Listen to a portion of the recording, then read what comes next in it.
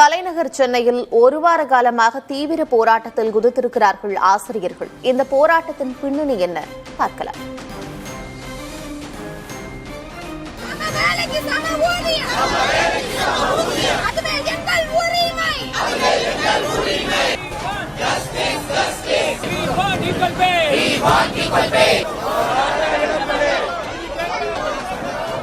பள்ளிக்கூடங்களில் 8ஆம் வகுப்பு வரையிலான மாணவர்களுக்கு பயிற்றுவிப்பவர்களையே இடைநிலை ஆசிரியர்கள் என்கிறோம். எனில் ஒரு குழந்தைக்கான அடிப்படை கல்வியை கொடுக்கக்கூடியவர்கள் இவர்கள். அரசு பணியில் உள்ளவர்கள் என்றாலும் இவர்களின் ஊதிய விவகாரத்தில் வேறுபாடுகள் நிலவுகின்றன.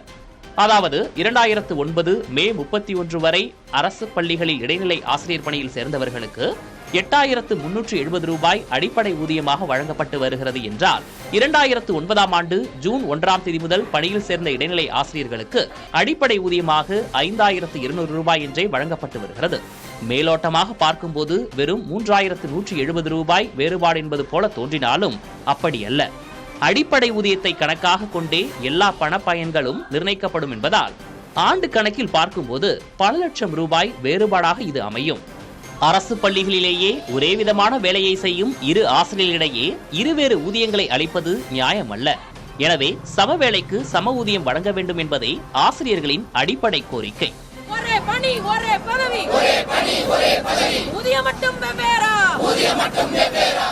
இந்த நடைமுறை கொண்டுவரப்பட்ட 15 ஆண்டுகளுக்கு மேலாகவே ஆசிரியர்கள் தங்கள் கோரிக்கையை வலியுறுத்தி வருகின்றனர். இது ஆசிரியர் தரப்பு நியாயம் என்றால் அதிகரித்துக் கொண்டே செல்லும் அரசு ஊழியர் ஊதியம், ஓய்வூதிய சுமை அரசுக்கு பிரச்சனை. முந்தைய காலகட்ட ஊதிய நடைமுறைகளை இனியும் தொடர முடியாது, மாநிலத்தின் நிதி நிலைமை அதை அனுமதிக்காது என்பது அரசு தரப்பு நியாயம்.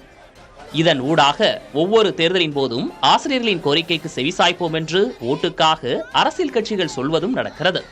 அப்படித்தான் இடைநிலை ஆசிரியர்களின் இந்த கோரிக்கை நியாயமானது என்று கூறியதோடு திமுக ஆட்சிக்கு வந்தால் இந்த ஊதிய முரண்பாடு களையப்படும் என்றும் தன்னுடைய தேர்தல் அறிக்கையில் வாக்குறுதி அளித்தது திமுக.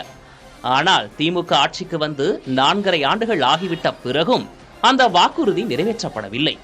இத்தகு பின்னணியில்தான் கிட்டத்தட்ட 20,000 இடைநிலை ஆசிரியர்கள் தீவிரமான போராட்டத்தில் இறங்கி இருக்கின்றனர்.